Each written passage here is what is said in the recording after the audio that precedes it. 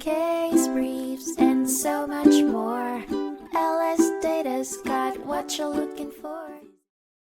In Pacific Coast Federation of Fishermen's Associations vs. United States Bureau of Reclamation, the United States Court of Appeals for the Ninth Circuit heard a case on the government's responsibility to protect endangered species and their habitats. 8 environmental and fisheries organizations, including the Pacific Coast Federation of Fishermen, sued the U.S. government for violating the Endangered Species Act as it failed to protect the southern Oregon-Northern California coast, SONCC, coho salmon, and its habitat.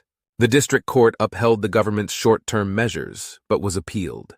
The court found the government's decision to provide only 57% of long-term flows for the SONCC coho arbitrary and capricious, leading to the case being remanded to the district court for the issuance of injunctive relief. The number of wild coho in the Klamath River has been declining for decades, with the situation at an extreme low.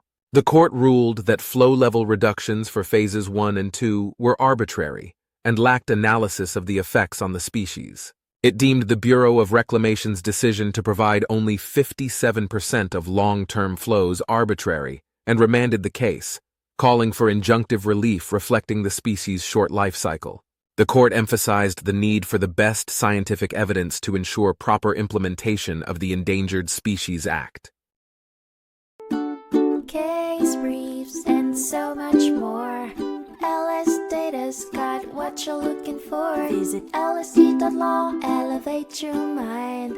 Leave the stress of class.